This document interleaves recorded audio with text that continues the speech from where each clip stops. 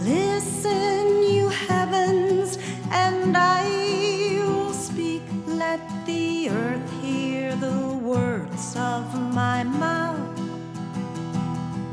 for they will fall as rain from the sky, and as dew on the grass they will lie. For I will proclaim the name of Yahweh and tell of what rightly is His. For His works are faithful, His words are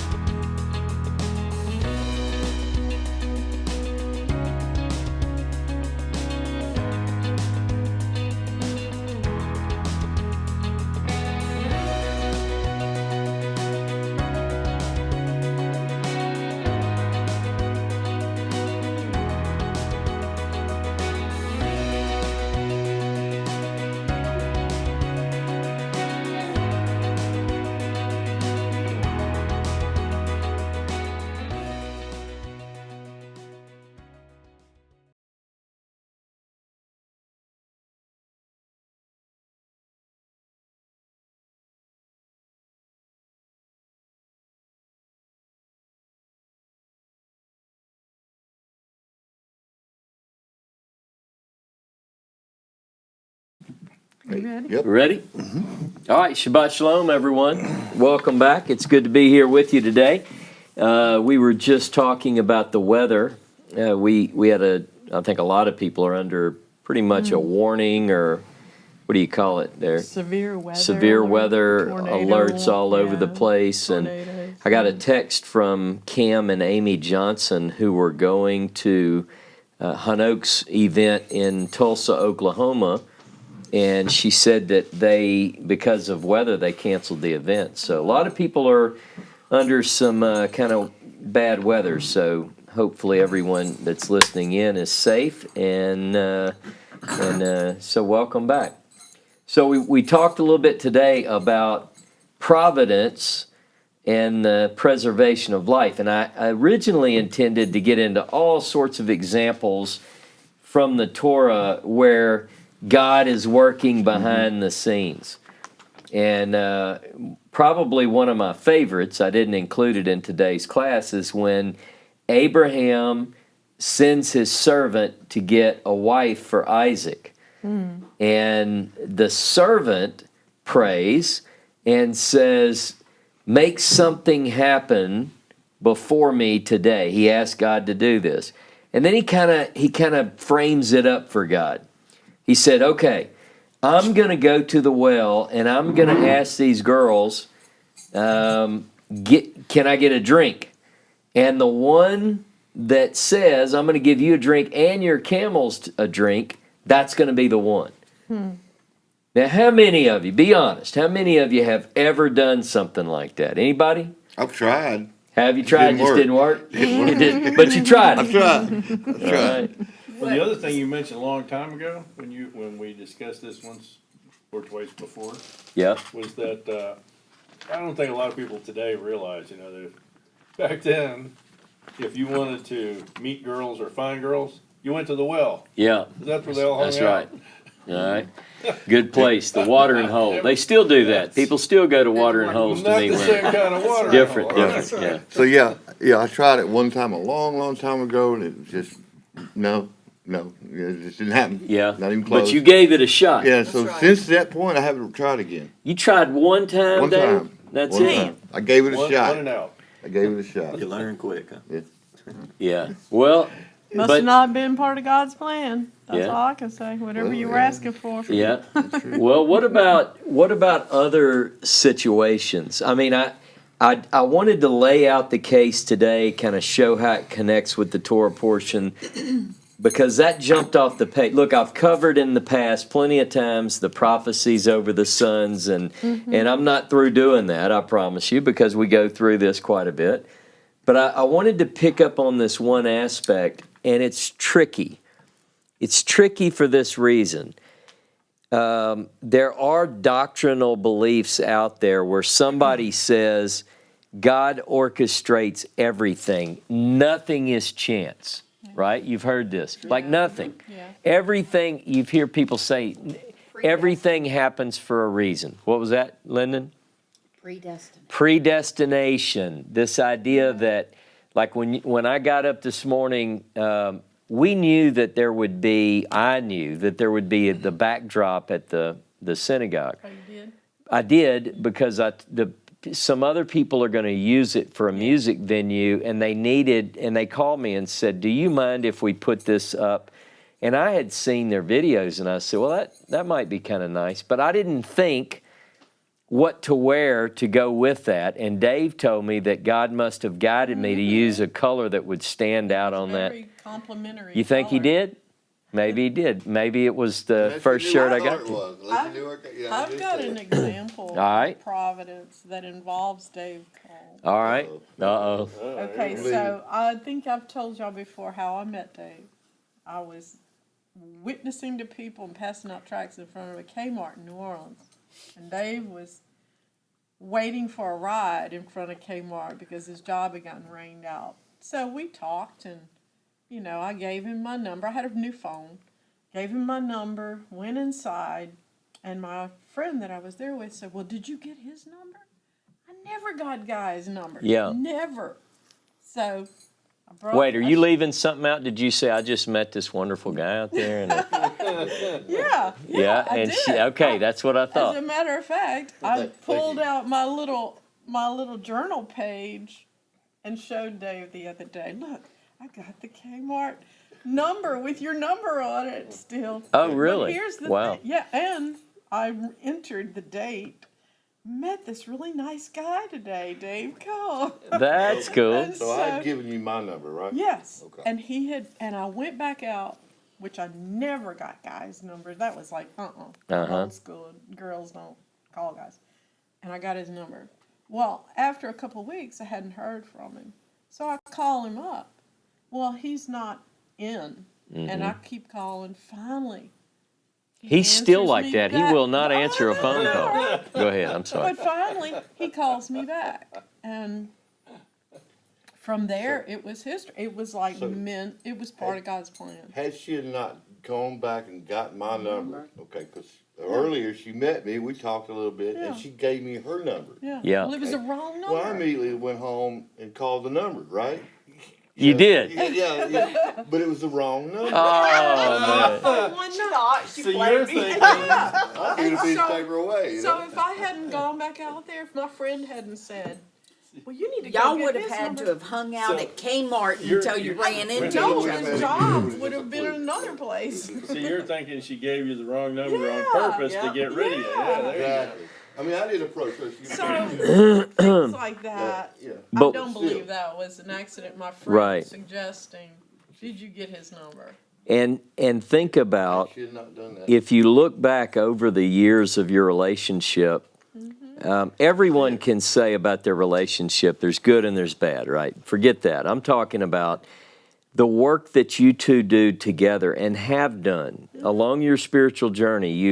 You've helped the needy. You've gone out of your way together. Yeah. You know, you've went on mission trips and Oh, we were living by faith. yeah. And traveling from Florida to Monroe to visit his parents for the holidays. Well, we have new tires on this RV we're traveling in. All of a sudden, we get a flat tire. Wheels and tires. And it's like Christmas Eve. He pulls over and he discovers the axle. Something's going on there. Yeah, with one of the tires, it was brand new wheels and tires. No We reason got for maybe this 100 thing to miles go on low. it.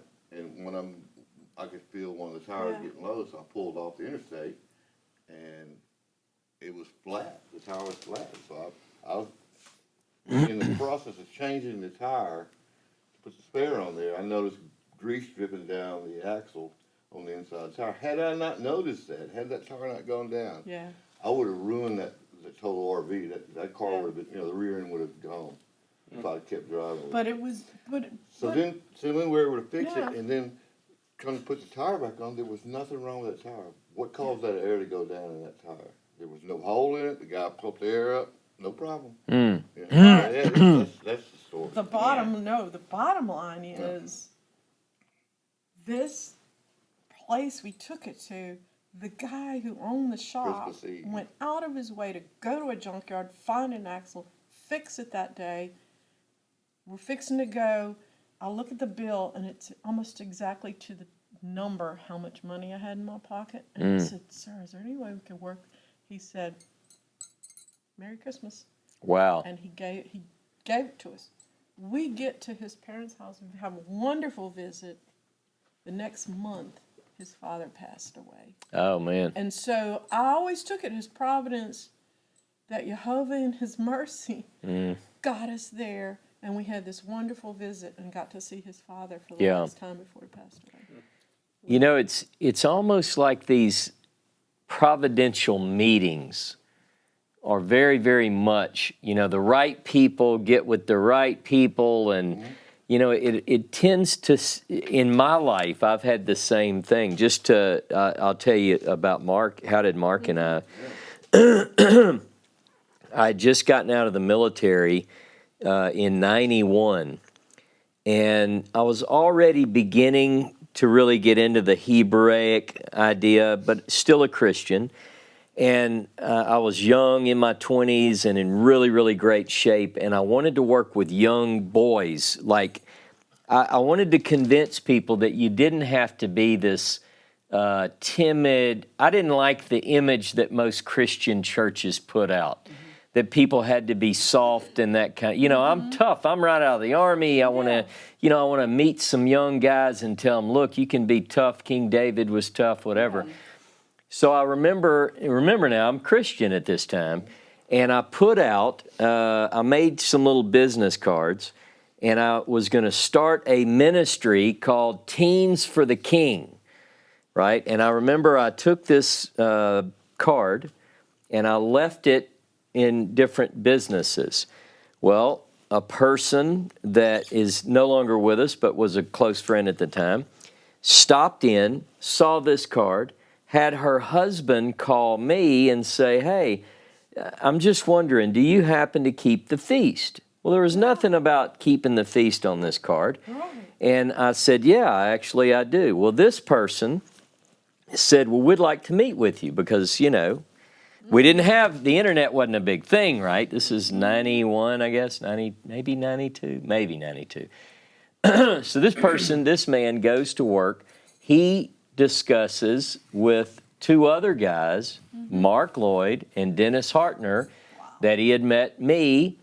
And I was one day in my study, and Mark and Dennis showed up, knocked on my door, and said, hey, we're wondering, are you Ross? We heard you study the Bible, and that opened up a friendship there. Now, look, I never did anything with this so-called ministry that I was going to start in that time. But that one placement of one card in some small business was picked up by the right person at the right time who knew someone. And you see, now, I look back now, James has often referred to these kind of interesting events as wonders. You think about the wonders that have happened. We tend to kind of, I don't want to say we forget them, but we ought to really focus on how did you meet this person? Think about it. Stephen Scott and Kelly and his wonderful family, great friends of ours. How did that happen? How did I meet him? I won't just tell all my stories, but just this one more. Dave, I had lost my job, didn't have any money. Everybody cry, right? It was bad. My wife was in California. She and my youngest son, Toby, are chasing this dream and going and participating in filming projects. And my roof was bad. It had been damaged, and I didn't have a job. I didn't have any money. And Dave and I were blessed with an opportunity to go to Israel. When it rained at my house, my roof was so bad in one spot that water was coming through the roof. And I put buckets up. Now, if Bridget was there, she wouldn't have let that stuff go on, right? But this is just me, and two of my boys are staying there. I just told them, they said, Dad, this is really getting bad. I said, go get another bucket, man. I don't have a job. This is it. This is life now. I'm serving Jehovah. I don't have any money. Get a bucket. We got buckets in the yard. Quit crying. There's a bunch of men live here. Your mama's not here. It's a bachelor pad. Well, Dave came over, and Dave said, Ross, this is horrible. You got to do something. And I said, well, I don't have any money. He said, let's get a tarp. We put a blue tarp over my roof and tied it off really well. That's a pretty. Put my foot through your roof. Yeah, it was bad. Yeah. So Dave and I put this tarp up, and we take off to Israel. Nobody knows that my house is in shambles and that my roof is leaking and all that. Yeah. I get back, and on my door, I still have it. I carry it with me all the time. It was a door hanger from a roof company. He saw the blue tarp. He saw the blue tarp. He was doing a, what do you call it, a workup, an estimate for another house in the area. He's not from here, but he saw the blue tarp. So. And you don't live on a main street. No, and my house is all. Down that road. So Dave and I are in Israel, and I get back, and this door hanger's there with a phone number, and it said, we do roofs, and I think it even said, your insurance will likely cover it. In other words, the only job they'll do is if they determine that it's weather-related damage, blah, blah, blah. We had a hailstorm. We had had a hailstorm. The hail didn't do all this, I don't Right. think, but Jehovah was watching out for me. So I call the number. The guy answers the phone. His name is Chad Morrow. Some of you know Chad. So, but I didn't know Chad. And he said, yes, sir, I'll come right out and look at your roof. I said, Chad, listen to me, man.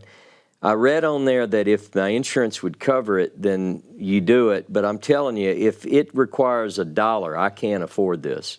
I just don't want you to drive out because I'm happy with the blue tarp. And he said, I'm going to come look. So he With a shows up. fashion statement. Very interesting story. He walks up, we shake hands, and he said, Mr. Nichols, I'm going to do a walk around of your house, but I want to ask you something. When we're finished with this, can we talk about something else? And I said, yeah, what do you want to talk about? He said, how about Israel? In your mouth. Well, I'm used to miracles, but I'm thinking this is kind of bizarre. I said, man, I'm all about talking about Israel. You drink coffee? He said, absolutely. So I go make the coffee, and I'm in my house praying. Wow. He comes back in. We talk about, he said, listen, insurance is going to cover this probably. I'll send up the paperwork, whatever.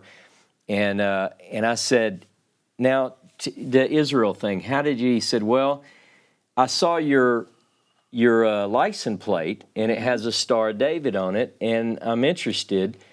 And I said, well, so now I'm thinking, well, this isn't so miraculous after all. I mean, he saw a Star of David. Because I'm not one of these that makes things miraculous. Yeah. I'm not going to It's gotta fake be it. miraculous or it ain't It is or it isn't. Yeah. So I said, okay. So he says, I don't know how to say this, and I don't want to offend you because I don't know where you're at spiritually. And I'm thinking, neither do I. So, but he said, I've been listening to some people on the internet, and I was a Christian, and now I'm kind of in a different place. And I said, listen, you will not scare me.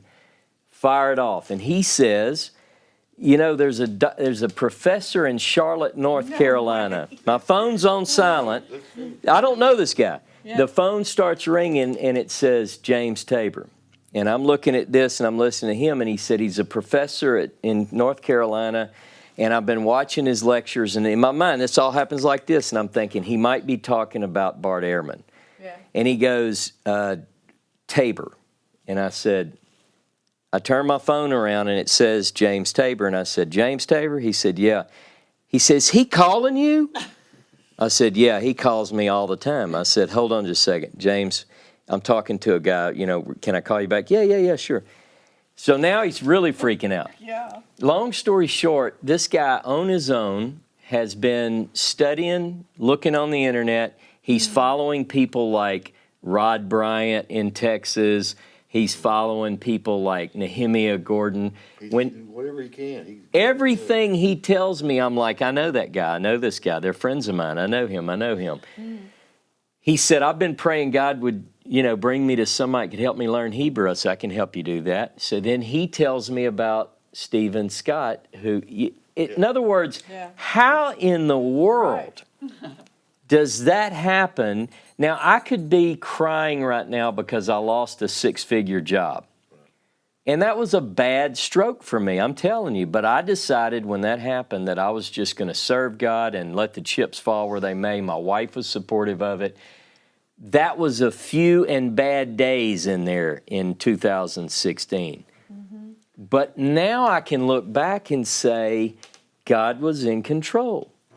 And it wasn't, if I could back up a little bit, it wasn't, we have free choice. Yeah. We really do. God has given us the right to make free choices and make our own decisions and everything. Your roof wasn't technically that bad of a shape. You had an addition to your roof that was kind of flat. Right. And you have a beautiful live oak tree over it, and the leaves fall on there. That's right. Now, if you've gotten out there Like you should. fanatically and cleaned the roof off every What 3 you're or saying, it's 4 all months, Ross's fault. that blue tarp never would have gone up. Yep. I'm just saying. Well, You see Betty's. Yeah, I do. I have one like that. Yeah. When, the girls got into junior high or so, and I had gone through a computer course and was certified and everything. And I sat down and I said, God, And I mean, I flat out, I said, God, I need another job. I need a job that allows me to get my children on the school bus in the morning and get them off the school bus in the afternoons. And I had a point by point list. This is what I want, God. Yeah. Wow. So I was very specific. I thought I left out a few things I should have, but anyway, like money. Yeah. I totally blew the money one. But I sincerely put it out there. And so we go to church. We're going to St. Patrick's Episcopal Church in Zachary. And we were good personal friends with the priest there. We had been very close and with them more than just church. We were good personal friends. And I looked at John at the end of the service and I said, Matt's having a really bad day, I can tell. Let's take him out to lunch and see if we can help him in any way. And John was like, sure, cool, not a problem. So we take Matt, the priest, out to lunch and we're like, we can tell you've got a problem. Is there anything we can do to help you? And he offloaded a few things and he said, and I've got to find a director for the day school here at St. Patrick's. We're in deep trouble. I need somebody desperately. Lyndon, will you do this job? Wow. And I said, Matt, I just spent 2 years getting a certification in IT, networking. I really don't think this is me. Yeah. And he said, I really think it is. And we went home. And John said, Matt really wants you. You really need to think about this. And I said, well, okay, I'll pray about it. So that night I sat down and I went, it's in Zachary. I can be there after I put the kids on the bus. I can be home in time to get them off the bus. And I went, God, I asked for every single one of these. How dare you? Yeah. How dare you? We were talking last night, me and Sherry were, about looking back on our life, and I didn't really know what Ross was teaching on this morning. Yeah. You never do. Yeah, I never did. I never really, This is interesting. Yeah. So, as you're teaching this morning, I'm thinking, our looking back on how the Creator has influenced our life, and guided us, and all of us, Yeah. everybody. We look back with 20/20 vision on it. We That's can right. see clearly what God's done in our lives. But at the present, we don't really know all the time. And the point of me and Sherry's discussion is, does that matter? No, it's a matter of faith. We know we're being guided here. We just don't know where. We still have to make the right decisions and the choices. Yeah. And, it's not like we can make the wrong. Me and Sherry struggled for a long time trying to do God's perfect will. Yeah. You had that piece of paper Trying to with the figure line it down all the out, middle, make the a big pros and the step. cons. Yeah. Oh, you talk about messing up. Nobody's Dave- gonna get that. I Dave mean, was on a roll. Dave was quoting Ecclesiastes. Tried to. And it came down. He said, "Well, the end of the matter is trust God." Yeah. But It goes back to what started this discussion? We were talking about life. You talking about last night? Last night we were talking about what is the purpose of life, and then Dave says, "Alexa, what is it?" And she comes up with a quote from Eleanor Roosevelt about the meaning of life, and then Alexa blew it. Meaning, not purpose.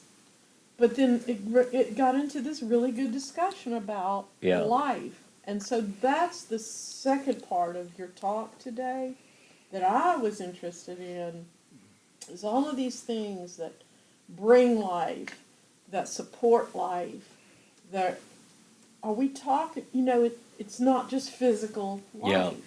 Yeah. It's, We have both needs. yes. I needed a roof. Yeah, But what I really needed was somebody that I could study with. yeah. Somebody else that would come. I mean, and Yeah. that's the kind of thing. So what is that like? Is it an energized faith? Is it I- life that is not the physical life? I think, and this might, Inspired life? yeah, abundant life, you could Abundant even call it. life? Like, when I look back at the events that led up to that one story I just told about the roof, it's enough that you have a friend who would help you put up a blue tarp when you can't afford to get a roof. That's enough. That's sometimes worth more than anything in the world. But the fact that it brought in a whole nother aspect of, it lets me know that there are people out Got a there. new roof, man. And I got a new roof. Yeah. And I didn't pay a dime. Yeah. One more thing about that roof. When the guy comes out, the adjuster from USAA, I'm a veteran, so I use USAA. Not every veteran does, but I do. And I like them. And I had just gotten USAA not long before that. And the guy comes out, and they call you Sergeant Nichols, even though it's been a long time since I was a sergeant. But Sergeant Nichols, I'm here to look at your roof. And the adjuster for the company that fixed the roof, Chad told me, he said, look, a lot of these companies don't pay for the plywood decking. That's just not part of what they do. And I'm thinking, dear God in heaven, you got to fix some of these, make these boards right, because they're not going to cover it. And I honestly don't have the money to buy sheets of plywood. They come out and they give me this long sheet of how many boards I need and all. And I asked the guy, I said, look, I know this is crazy, but I'm going to need you just to replace the paper and put he said, no, we're not going to do that. We're not doing that. We're replacing the boards. I said, well, I need to know what the cost is, because I don't think I can afford that. He goes, no, it's covered. Wow. There were like, I don't remember how many boards, but it was a Yeah. lot. Yeah. And because and I kept thinking, I told the insurance company and everybody, look, I'm not saying this just happened this week. He said, we're telling you that you have insurance and this is covered, blah, blah, blah. That's just one, but it was something I could not have done, and now that's behind me. But now, somebody might say, does Jehovah really care about Ross's roof? I'm just doing me. Yeah. Look, everybody has these stories Exactly. where God's moved on behalf. I've prayed over cars that I was thinking, it ain't gonna make it, dear God. I need you to help me get this car to Athens, Tennessee. It's not. It's like the story of Hanukkah. I have stories in my life where Yeah. a little bit stretched a long ways. This is not far fetched to me, Yeah. Exactly. right? Exactly. I mean, we all can look back now. I could tell stories of times when, how can I word this? Okay, for instance, there was a missionary friend of mine, and he came through town, and his car had a bad flywheel on it, and every now and then wouldn't engage.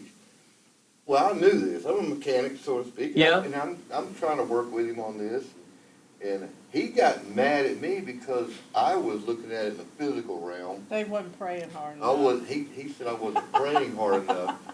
He get over there and praying, and then finally it would start, and he was like, "See." See, So I'm just trying to show the other side of the coin. yeah, It's like, no, brother, you need a new flywheel on your car. yeah. You can't pray this thing right. No, it's not gonna fix it.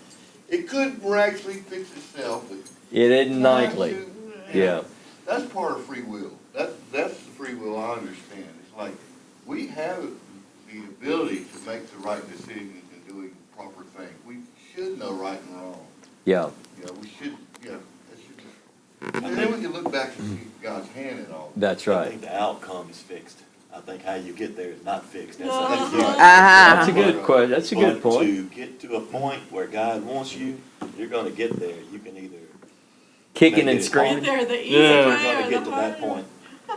Yeah, And that's how I see That's the free true. will thing. exactly right. But there's some fun parts that go in there. In other words, I think, and with Jacob, that he probably knew a lot of that, being from the family he was from, his father, his grandfather, and all that.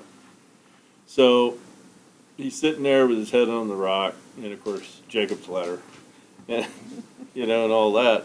And then what does he do? he negotiates with God.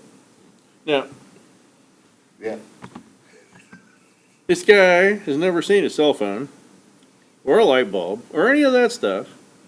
He's just been messing with goats and sheep, and camels, and all this. And the creator of the universe, he's now going to cut a deal with him. Talk about being outgunned. Yeah. And so Ross does it a lot more eloquently. Well, okay, you can be my God, but I want this, Yeah. this. And God's like, yeah, okay. I was going to do You that have, anyway, but you have no idea what's in store for you, Bubba. Another phrase in that little story, you're talking, and I'll do this if you'll be with me. Yeah, and bring me back and all this. God's gonna be with you anyway, Yeah. that's the whole. So, I Yeah. mean, the whole time, I'm sure, in his own way, with this child who's cutting this, and we've all had children like this, who's cutting this deal, he's probably sitting there smiling, going, kid, I wrote the book on this, yeah. And so, what's amazing is that, not amazing, what's interesting is everybody has a different take on things. He's in a family that's blessed, that's selected for a mission. But at the end of his life, he's going like, it's just been a bummer. Everything's gone wrong. Been hard. It's been hard, it's been short, it's been miserable. Well, was it all? I mean, how many of us can say that we had a one-on-one discussion with the creator of the universe? I mean, that could be a big thing in your life. Yeah. I mean, Yeah. just to know that the creator is talking to you and he's there and he's interested in you. Yeah. I mean, that's a biggie. And he had, Yeah. he amassed wealth. He had, wives and children and all this good stuff. Now, some of the couldn't kids see were that we're some of the still kids were talking about difficult. We've all had those. Mm-hmm. But at the end he was like, it's just been a failure essentially. That's just sad. And all of us are able to be there. We have a choice. We can look at things and, well, it hadn't been too bad. I've got a lot of good things to show for my life. Or, no, everything's a miserable failure. Now, and I don't want to take away from there are people who've experienced great tragedy, loss of family members. Yeah. Look, I have had a life that's been relatively easy in that regard. I'll be honest. And so what I'm fearful of in a way, as we talk through these stories, I don't want to suggest, and I tried to make this clear in the class, that that these tragedies are necessarily part of the plan. I like the way Mark brought this point in, that the goal is what's fixed, the end point, if you will, but all along the way, life happens and tragedy and. Yeah. It wasn't that God encouraged Reuben to do what he did to Jacob's wife. In other words, every event, because I know that one of my close friends, when they lost a loved one, one thing that came out of that is, a lot of times people meaning to do the right thing and meaning to give you hope say, well, we don't understand it now, but it's part of God's plan. That's not what I'm saying.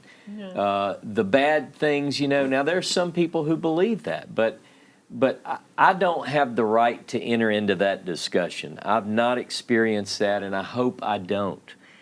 But the point remains that key events in our lives are often such that we look back on it and say, I just don't know how that could have possibly happened. How could I have met that person at that time? Betty brought up, and you've all heard the story about how James and I met. It was a similar deal, instrumental and brought about because I knew Betty and Roger. And they were very kind and helpful to my mother, at this point and so forth. So now how did that happen? I look back now in awe at how gracious these things have been. But by the same token, it doesn't take away certain obligations to get in other words, our job isn't just to say, well, my car is going to fix itself.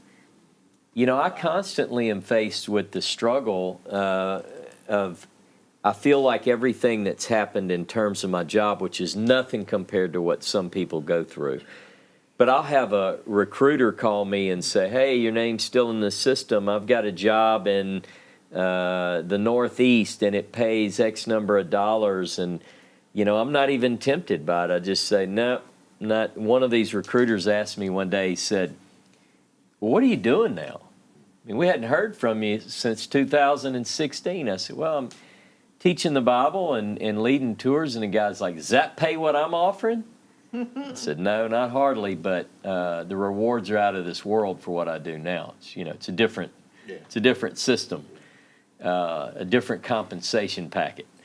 But again, when we look at these stories, you look at the story of Esther, you know, and how everything, you know, this idea for such a time as this. I mean, she's just a girl in the kingdom who gets selected as the most beautiful. She had that going for her, right? But God did everything behind the scene. You know, God's not even mentioned in the book of Esther. Yeah. And yet, Yeah. behind the scenes, God is seemingly orchestrating the events which lead to the salvation of his people. There's a plot against his people. So I want to make the point that even when God's not present, you know, this hiding of the face idea, that the plan is still being guided and orchestrated. We can trust in it. There's times, and it comes back to what Dave said, you know, it's really trusting God. There are times in our life where we may not see or feel or know that God's there, but it seems that even in those dark times, somehow God is able to bring us through. God. Miriam has asked this question twice. Would Okay. you please explain Leviticus 19:18? It says, thou shalt not avenge nor bear any grudge against the children of thy people, but thou shalt love thy neighbor as thyself. I am the Lord. Yeah, Seeing her.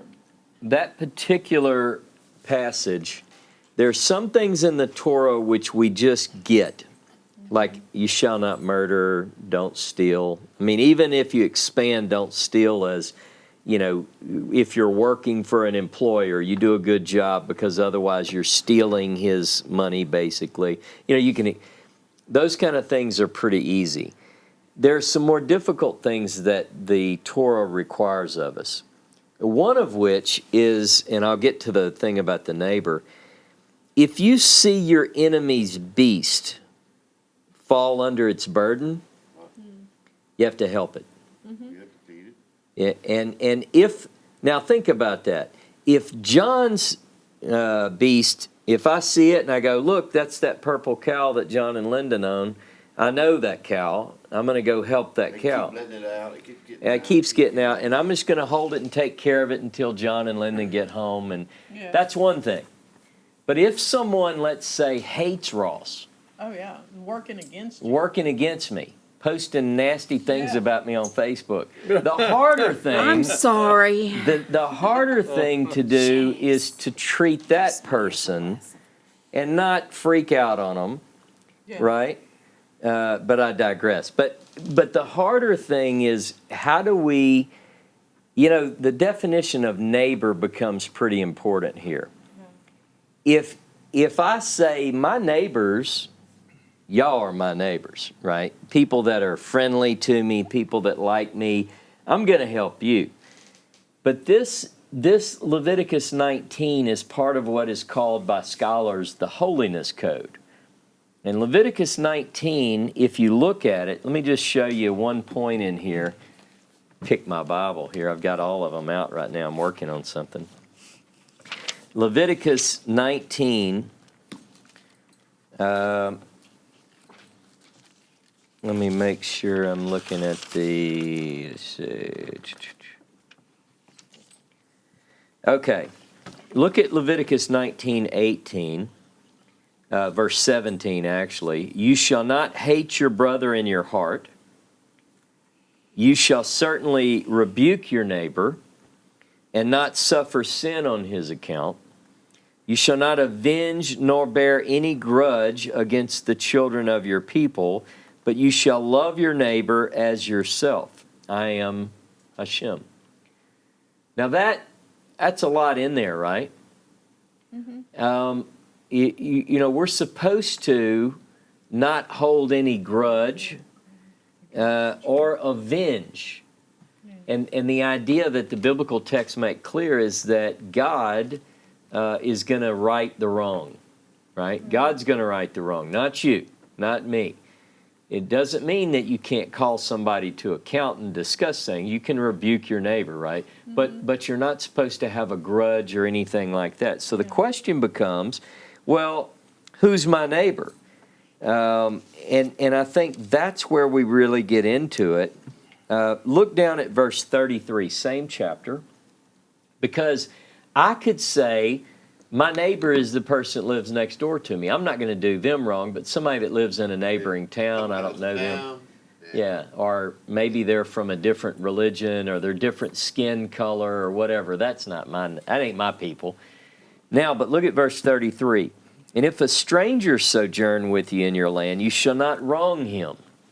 But the stranger that dwells with you shall be to you as one born among you, and you shall love him as yourself. For you are strangers in the land of Egypt. Now that expands it a little bit. Because if I'm supposed to love as myself someone, and I want to be very narrow in my definition of neighbor, this kind of opens that up, doesn't it? The stranger. Yeah.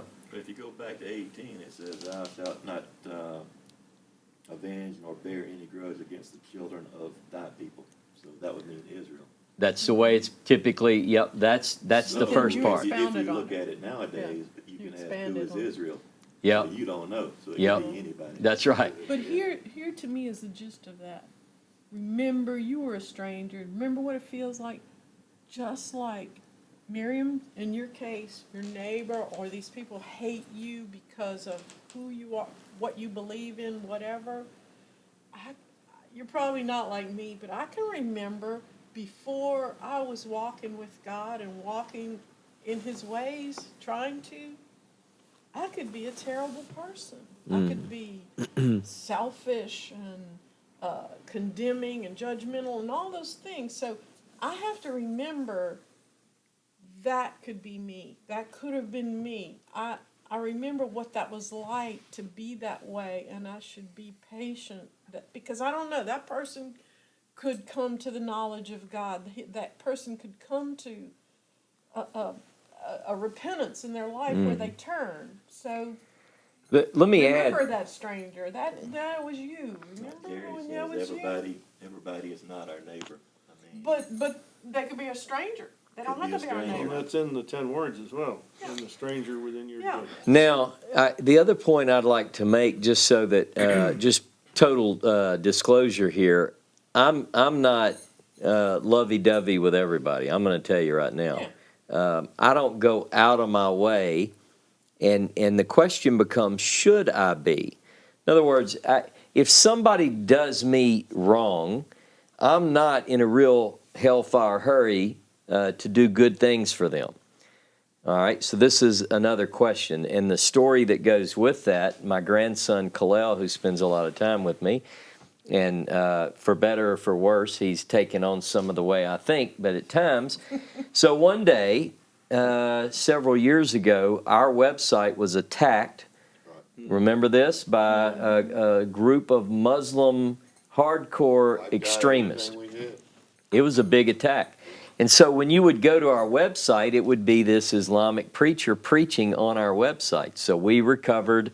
We began to piece the pieces back together. And I was at my island in my kitchen, and I was working. My grandson was there, and he had been playing a game. So he comes over, and he wants me to give him some attention. I mean, we're buddies.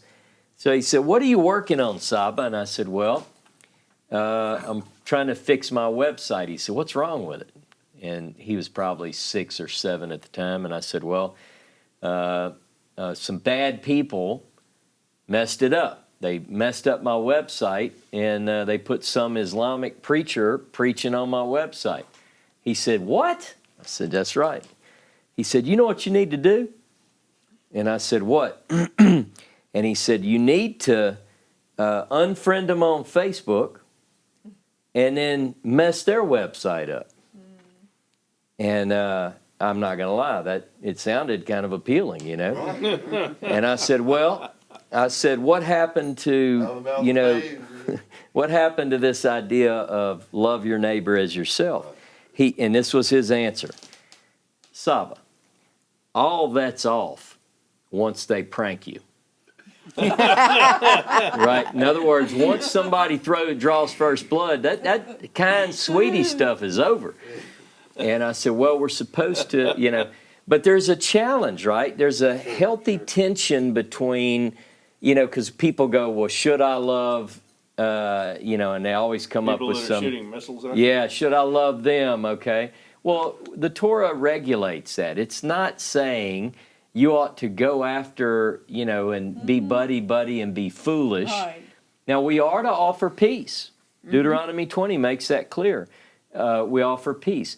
But this is, if you think about the Torah's legislation, whether we're talking about Exodus 22, 23, you know, this how you treat your neighbor, your enemy's beast.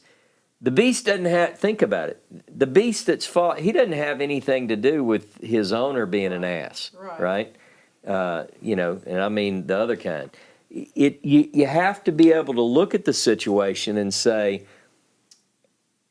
at what point am I to really demonstrate this particular point? And I think a lot of times we struggle with that. I'm just saying that the Torah requires more of us sometimes than we're willing to give naturally. It's a stretch. Yeah. How do you? You know, karma is a thing, You think? Yeah.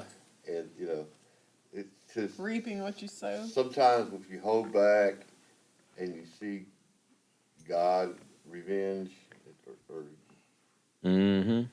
to these people that are harming you or trying to harm you, it's like, you know, you don't have to do anything, Yeah. you know. Yeah, so Miriam, Yeah, that's what I would I do don't is say that- take it to Jehovah. I don't say that's a magical thing and it happens all the Yeah. time. I'm just saying, sometimes, yeah. Yeah, like Jerry is saying that sometimes you offer peace and it wasn't accepted, shake the dirt off the feet and walk away from these crazy people. I agree, because I don't put myself in a position to be abused either. And I don't think that the Torah or anything that I read indicates that we should, right? In other words, if you have someone who is directly harming you and hurting you, I think more often than not, these Torah principles are, don't assume based on somebody's race, creed, color, sex, national origin, whatever, that they are collectively bad, right? In other words, God makes the point in Leviticus 19:33 to be kind to the strangers. Actually, there are like 35 references to kindness to strangers. And why is that? Why does God say that? He says, because you know what it's like. You were a stranger too. It goes like a parent.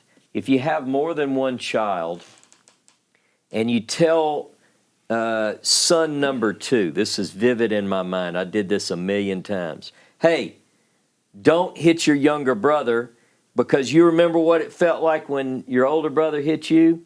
Don't do that. Now, they're still going to do it. They pass it on. The Torah is asking us to break that cycle, to not inflict unnecessary harm on somebody, because it's asking you, just like a parent, God is like our parent.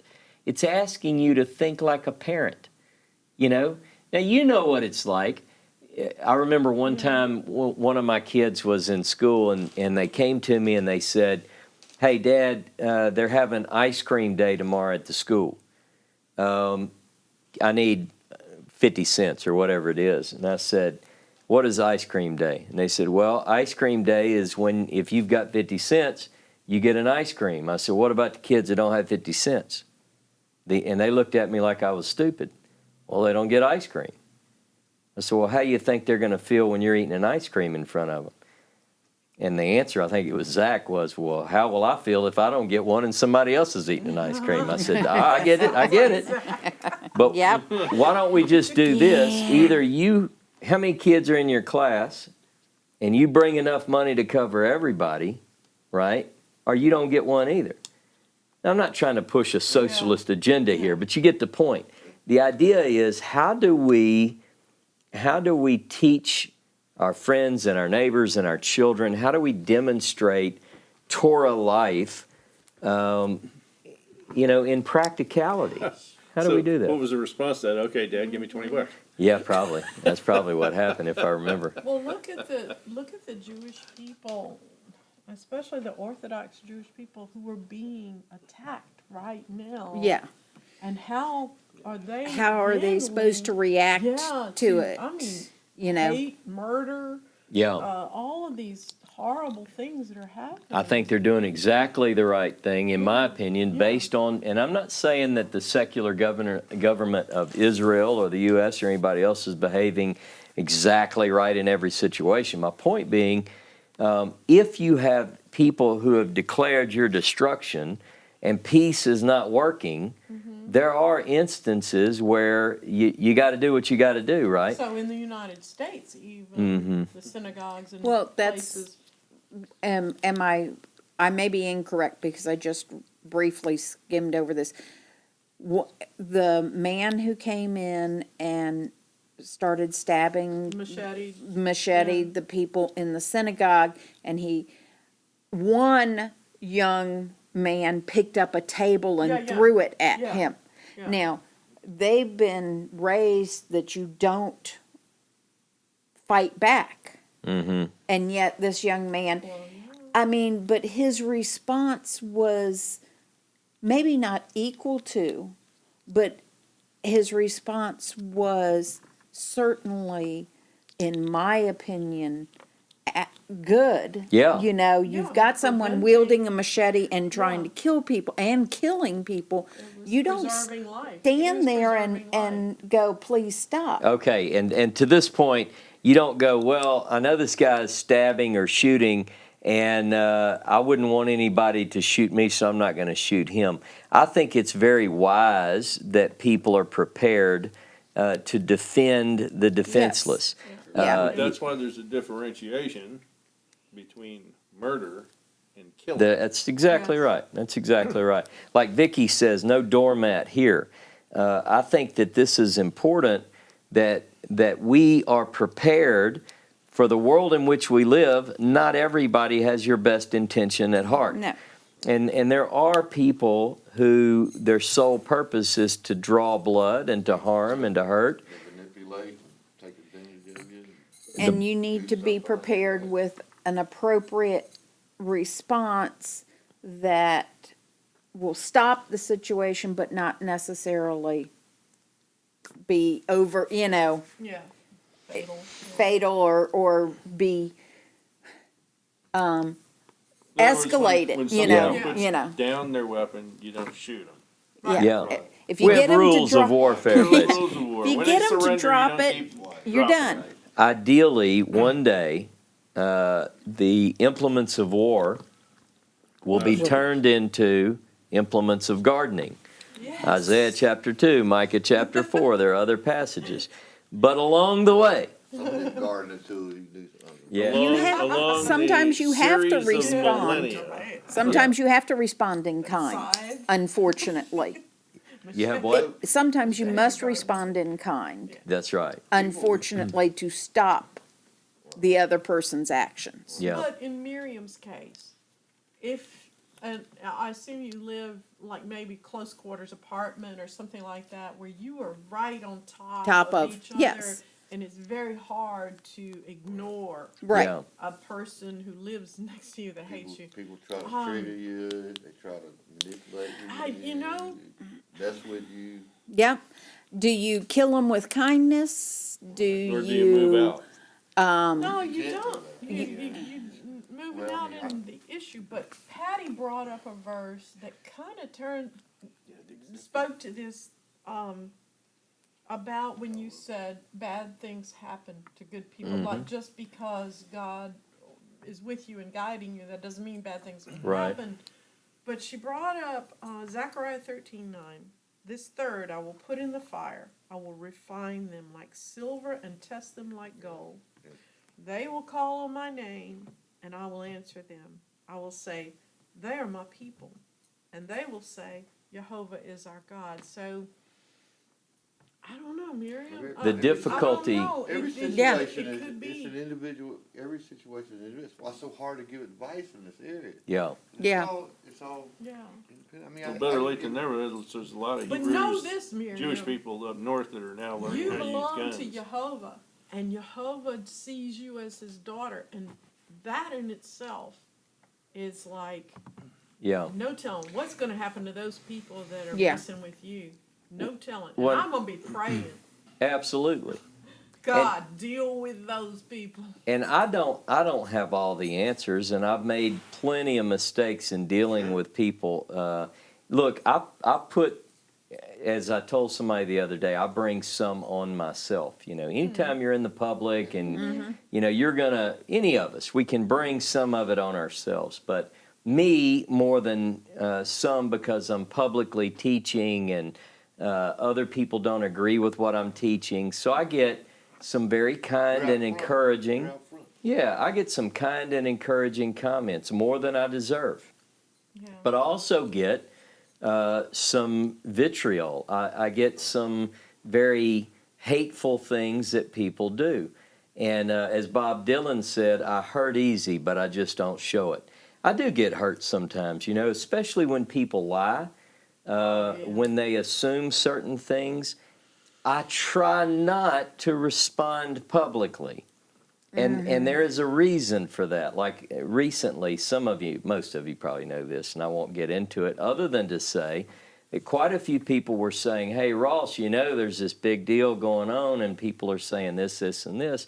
I said, I can't see it. Where's it at? And they told me, look, check this link. But I couldn't because it was, I was blocked or whatever. But I had people taking screenshots, and they're sending me. And I'm thinking, like, I'm working on, I have books scattered out. Yeah. I'm translating a scroll fragment, working on my book, and I keep getting ding, ding, ding, ding, ding. And I thought, dear God in heaven, these people are really upset with me.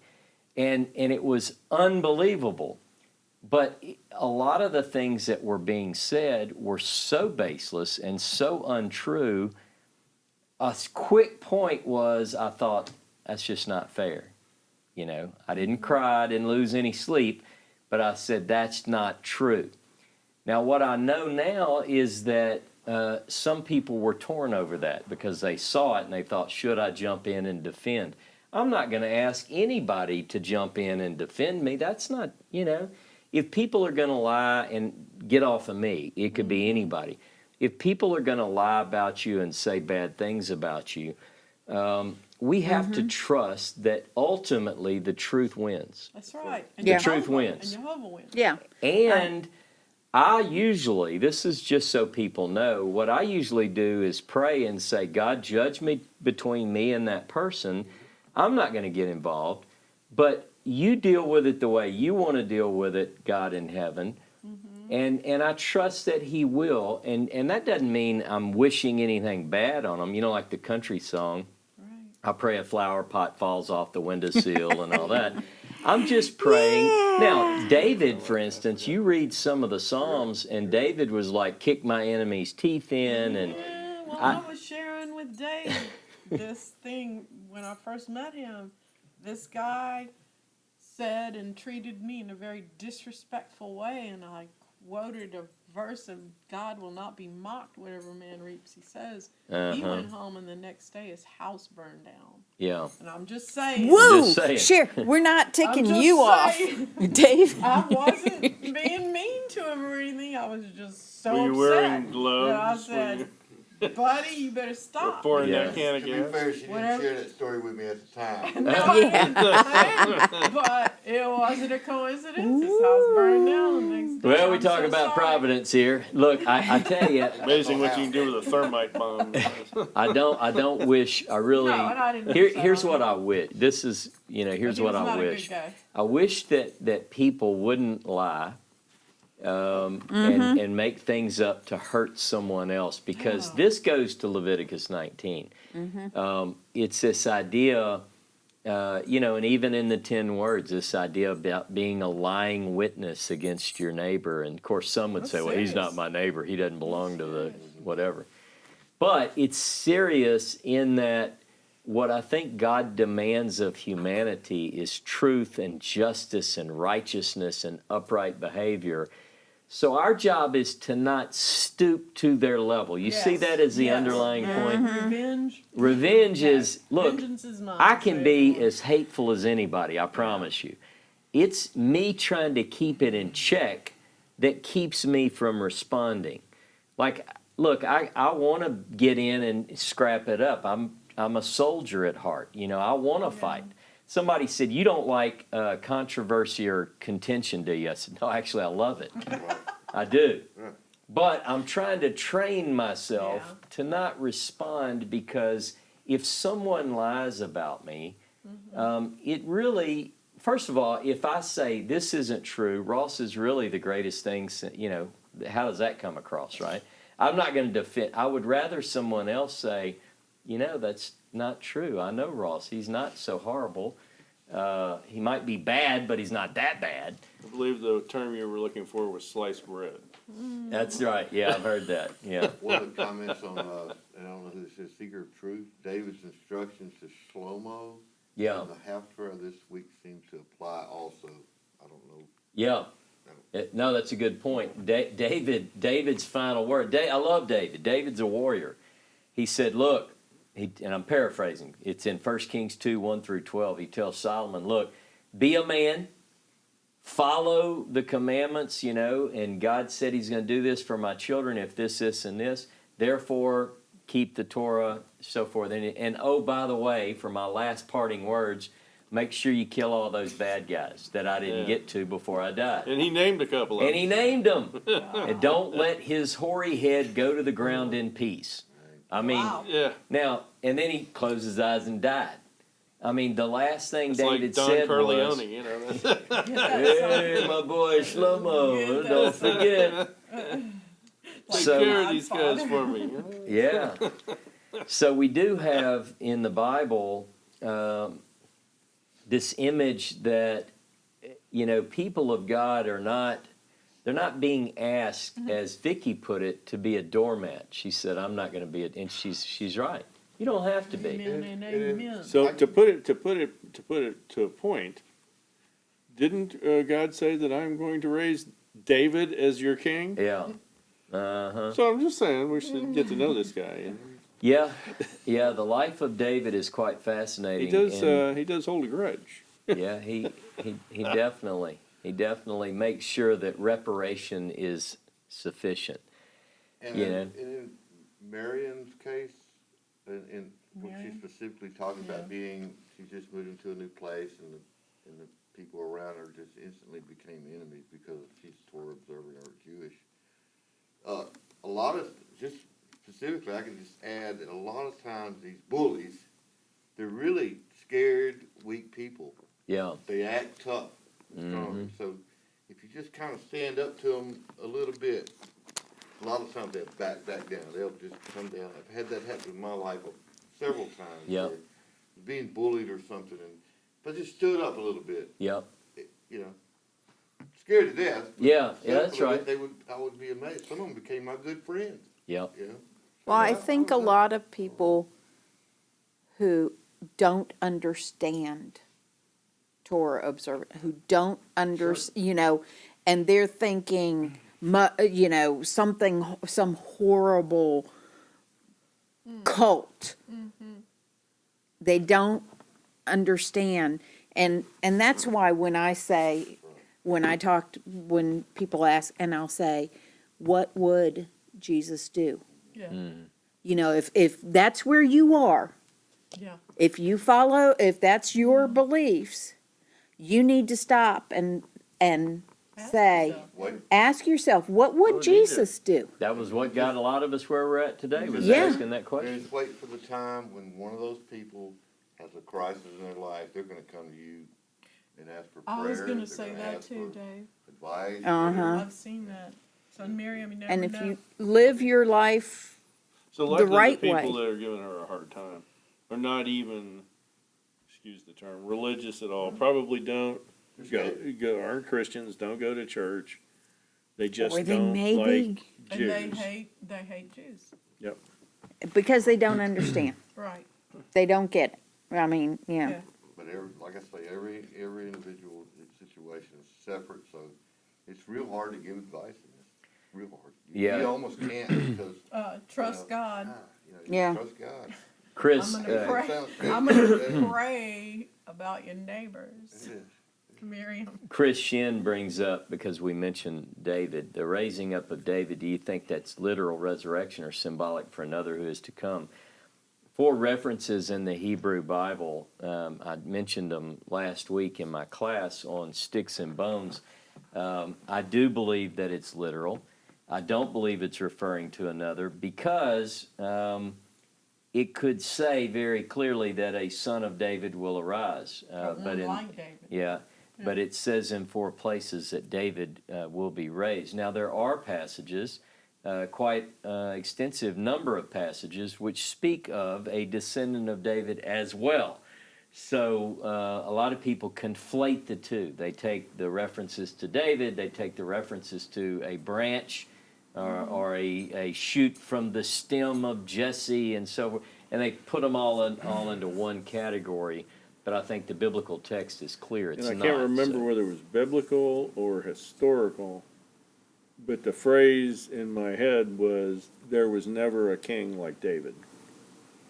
And to that end, was the profile or epitome of what a king should be. Well, there are 2 kings that it says that are both descendants of David, Hezekiah and Josiah. And so there are certain kings which stand out. David, obviously, the books which deal with the life of David indicate that during his reign, God made certain promises to him. Some of those involved his descendant and so forth, but that's another class. But the idea is that 4 places in the Hebrew Bible it does refer to raising up David and not a descendant. But there are also plenty that talk about a descendant too. But in those 4 cases, I would think that's what it is. But either way, if it's him or somebody else, probably need to know that personality. Yeah, yeah. Well, there's a lot in the biblical revelation, and I just wanted to do something a little bit different today that I can't recall really talking about, even though I used the term providence. And that's not a biblical word, so to speak.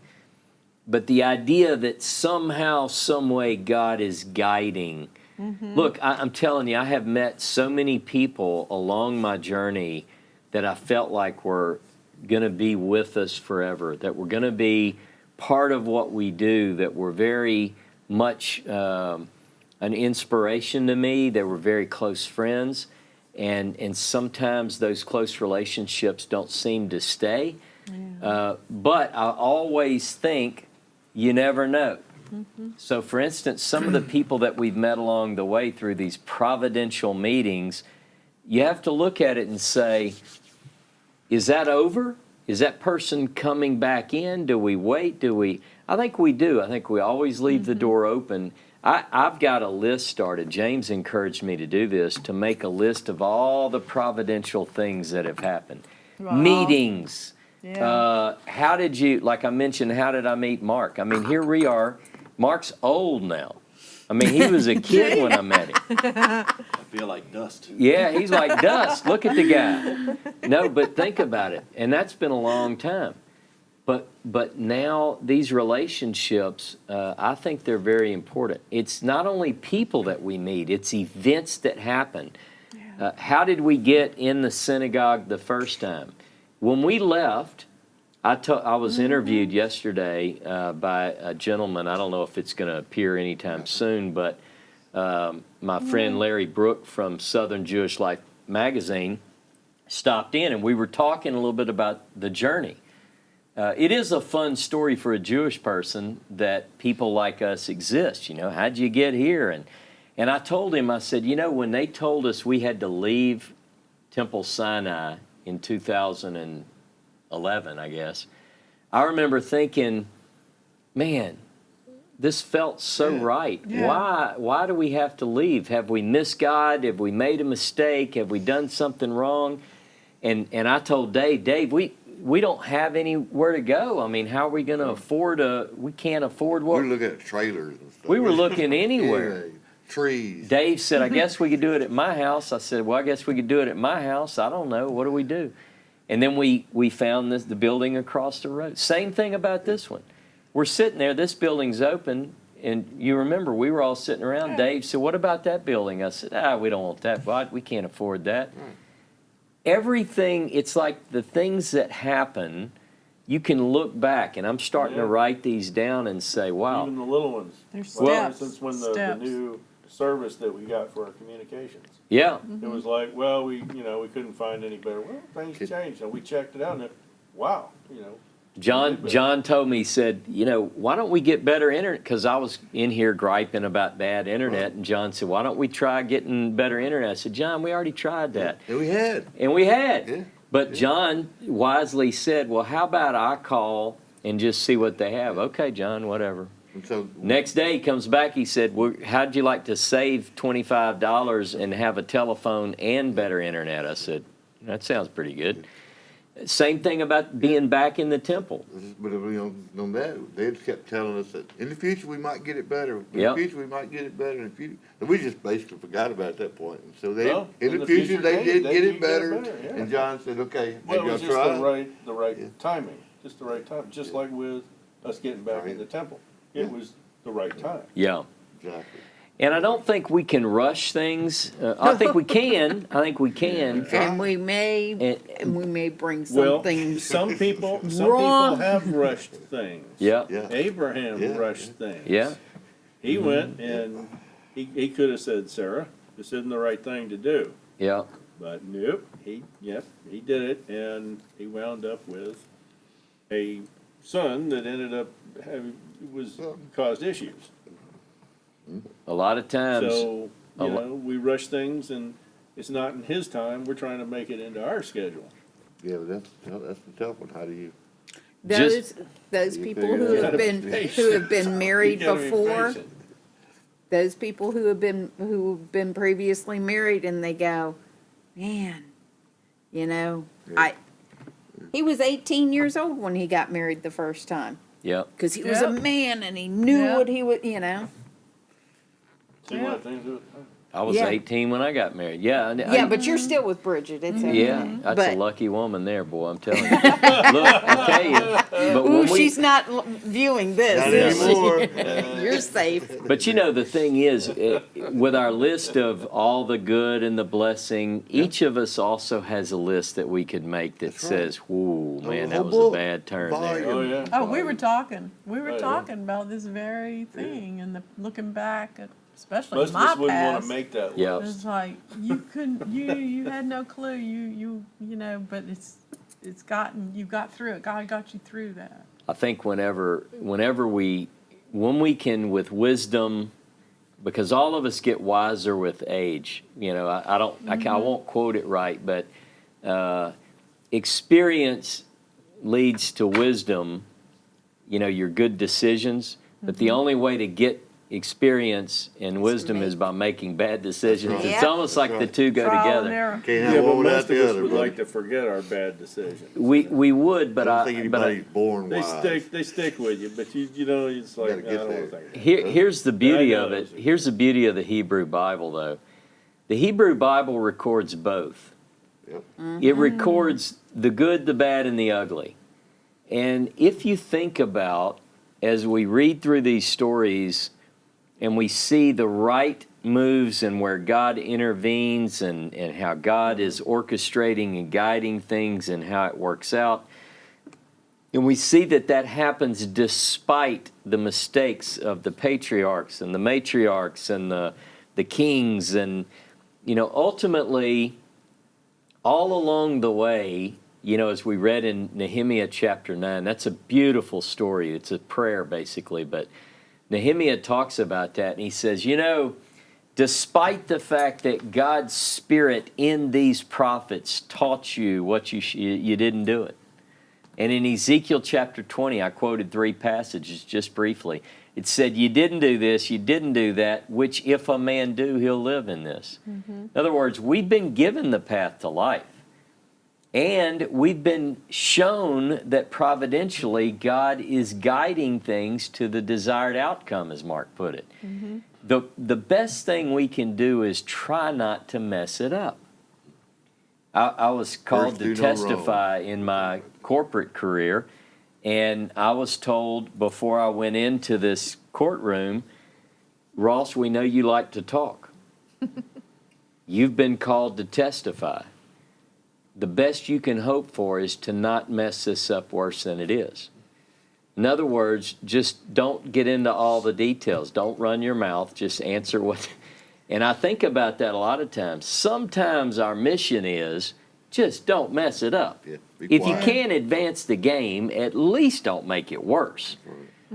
And I think sometimes by our intervention, we make it worse. Like, look, if I get angry when people say bad things and I attack them back, what does that do to everybody who sees that? Just You know what they say? Even if I'm right, Yeah. Ross is just like them. And even if I want to say something, it's better sometimes that we don't. Sometimes when people talk bad about you, if you can say, well, everybody's entitled to their opinion, it's not based on fact, but, perhaps they'll learn. I think life has a way of teaching lessons. And what do you call it? You said karma a minute ago.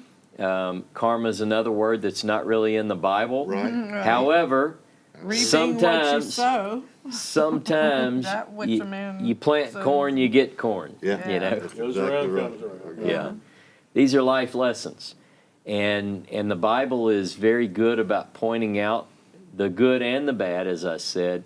We should learn from the bad, just like we learn from the good. I can tell you there are a lot of times in my life where I say, man, we did that one just right, Bridget. We waited and it It's happened. perfect, yeah. And then other times I can look and say, well, I shouldn't have done that because now I see that, well, you know what? Maybe next time I won't jump in the middle of it. Maybe I've learned. That's the goal in life. As you look back on your life, remember Jacob says to Pharaoh, the days of the years of my life have been few and bad. Wow. Now, he's obviously focusing on the bad. all the bad things that have happened, and rightfully so. He lost a lot.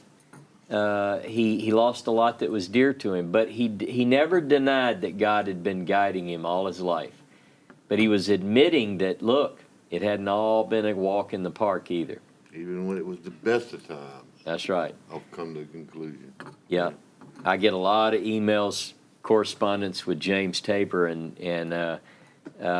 if I remember, I should have this memorized, but it seems like there's a phrase on his email tagline, it's best of times, worst of times, Sometimes when you look at your life, you have both. But somehow we know this.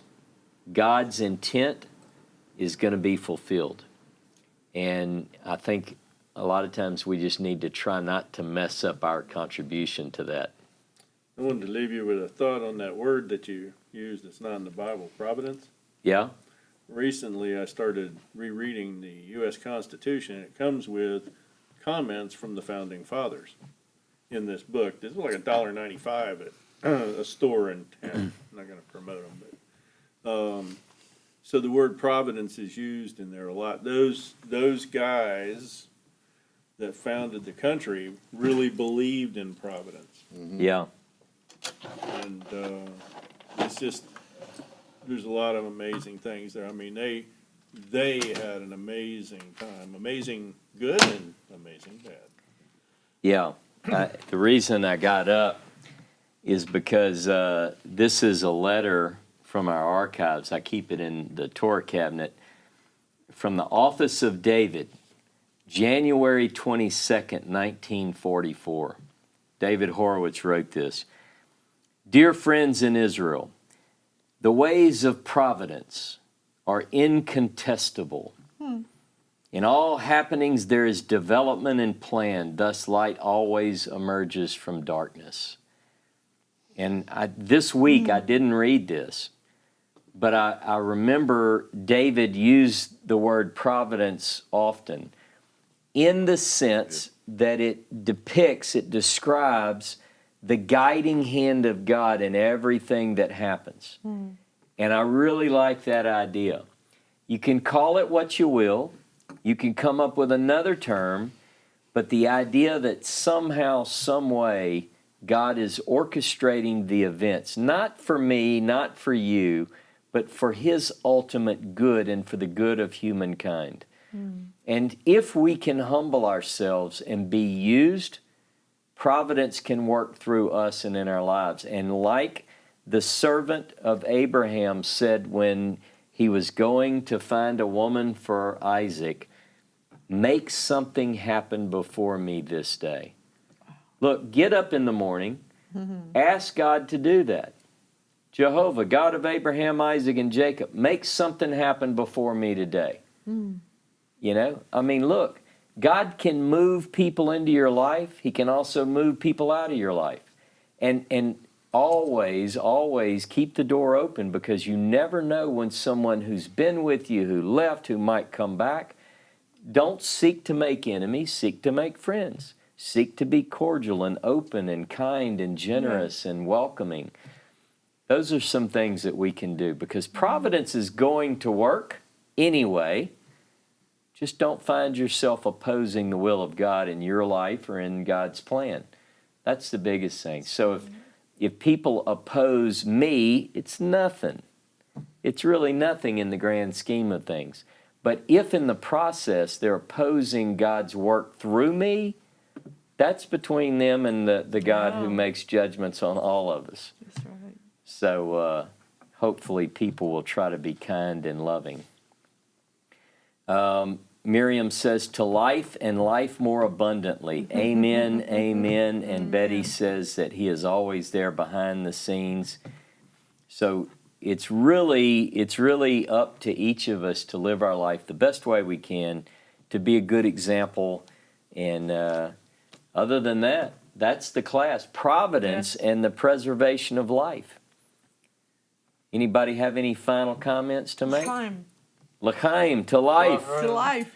To life, to life, l'chaim. Well, so, All right, have a beautiful week. Shabbat shalom, Shavua shalom, tov. y'all. Watch the LSU Tigers beat Clemson this week, Yeah. hopefully. I'm just Go joking. I Tigers. know. LSU, LSU. LSU, Tigers. LSU. That's right. No, I think all of you, I hope you have a wonderful week. Please remember to keep Timothy and his family in your prayers. He has asked me that when the time comes to conduct the service for his mom, so we expect that might be sooner rather than later. But as some of you know who've lost a loved one, please keep them in your prayers. And I understand he's an only child. He's the only child of an a only mother. child. Yeah. And we don't know the situation regarding Yael Good, Right. Joe and Debbie's 21-year-old daughter. The situation was very dire before Shabbat. I'm sure that we'll get an update after Shabbat, but please keep them in your prayers. And we just don't know. It's You never know. I mean, I asked you to set something up for my funeral there years ago. Yeah. I mean, because I was on the road. Look at Yeah. you. Yeah. And so. Well, you still got those notes, right? Yeah, I never even got them ready. We I got just 'em. I still have hey, 'em. look, but that's a good point though, because Mark was in rough shape. Yeah. You don't mind me saying? I mean, he called me. He had a major heart attack, and they basically that. told him you're going to need a heart. And and we prayed about it, and we were ready. But in God's plan, he got Mark a new heart. Mark is the one person that I know personally that took Ezekiel's prophecies literally and got a brand new heart. Yeah. And he looks great. He's in good shape now, and Plays a mean That's game right. of dreidel. Oh, yeah, man. and plays a mean game of Drill dreidel. from you guys. For a noob. Somebody asked me one Mister, day. I can't spin this thing. How do you play this game? Somebody Oops, asked I me the other day. Everybody. They asked me the other day about Mark. He looks good. Is he eating good? I said, oh, he's eating good. Comes up here and takes all the food. Yeah, man. Yeah, I gotta fix it. And take care he's of taking care of another person, Yeah. brother. that's right. He's That's taking right. care of you. So you not only taking care of yourself, you're taking care of somebody else.